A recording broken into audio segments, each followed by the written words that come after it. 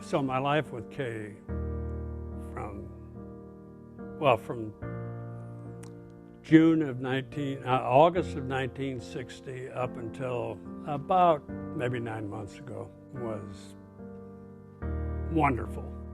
All of a sudden, she changed. We found out it was the diagnosis of Alzheimer's disease was made.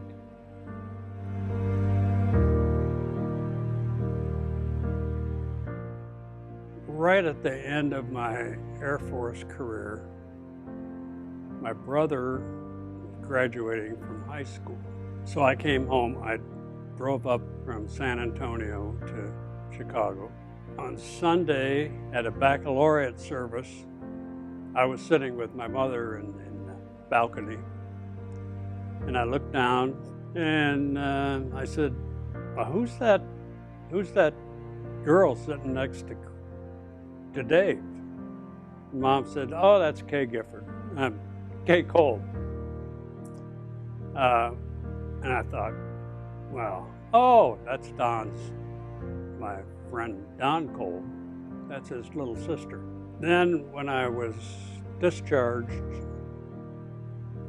the following, going back to the baccalaureate service, when I was discharged the following November, I came back to the folks' house to stay there for a few months while I got organized. And I was sitting around the house doing nothing. And Mom said, why don't you go to choir? Go to choir practice and get into choir. I said, okay. So I went into choir practice, and there at choir practice, there was Kay Kolb. She asked me that night, she said, my mom dropped me off, can you take me home? And I said, yes, I'll do that.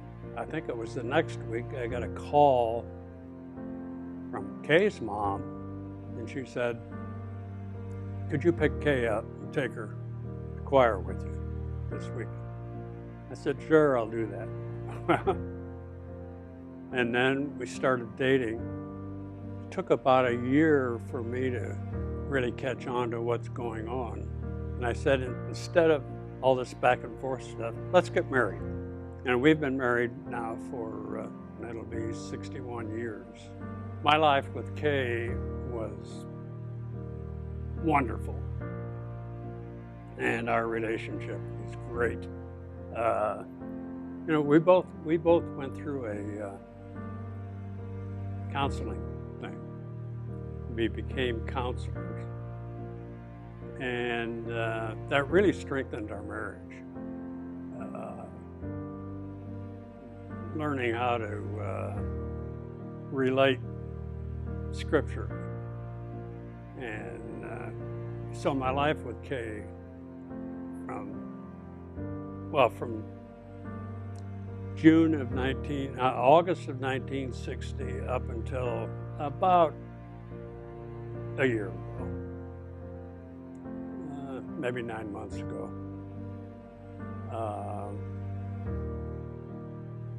All of a sudden, she changed, and we found out it was the diagnosis of Alzheimer's disease was made. I should have noticed it earlier, because about 2 years ago she started having some minor memory problems, and she started telling me about somebody. And I said, who are you talking about? And she said, well,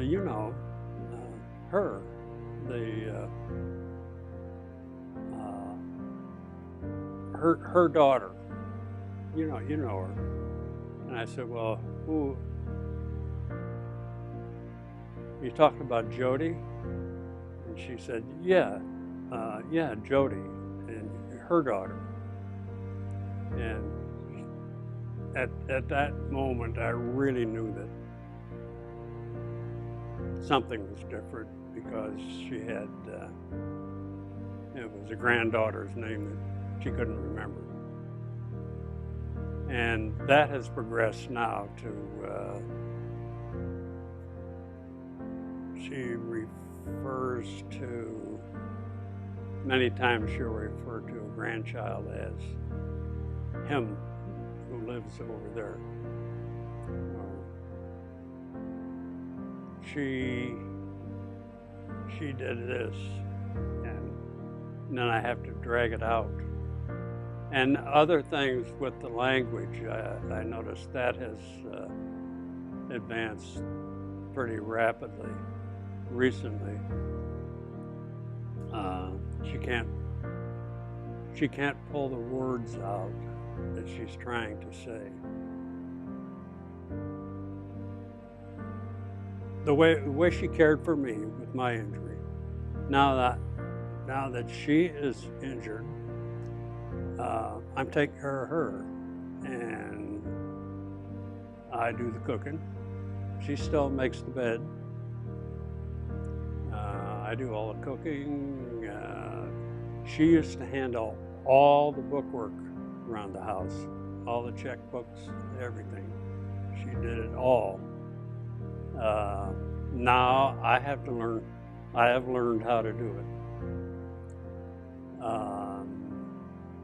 And now I think, when I looking back at it, how in the world did she ever do all that and raise 4 kids? But she did.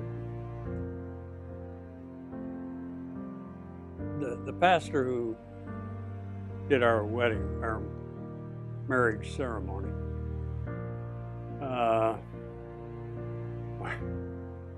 he was very outspoken, and we both say that when we said in front of him, for richer or for poorer, in sickness and in health, we better not be lying. In spite of her,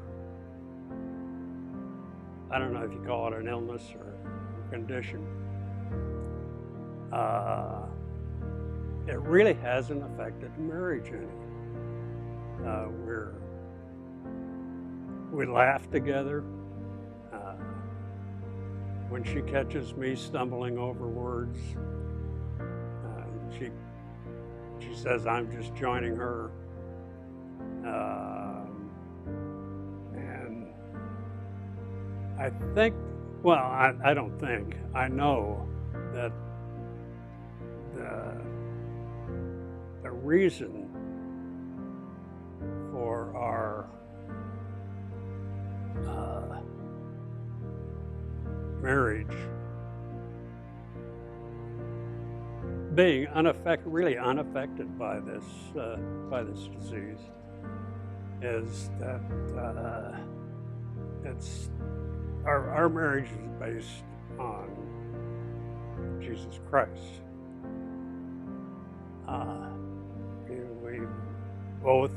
We were both believers, and from the time we were teenagers, and we try to live our lives on scriptural principles, and it's worked out real well, even though she has the memory loss and has trouble finding words, and sometimes I think doesn't recognize me. In spite of all that, that's still my Kaezie that I married 61 years ago. And the commitment is still there from both of us, I believe, to stick it out through sickness and health. that's what I voluntarily went into, and I'm going to finish the job.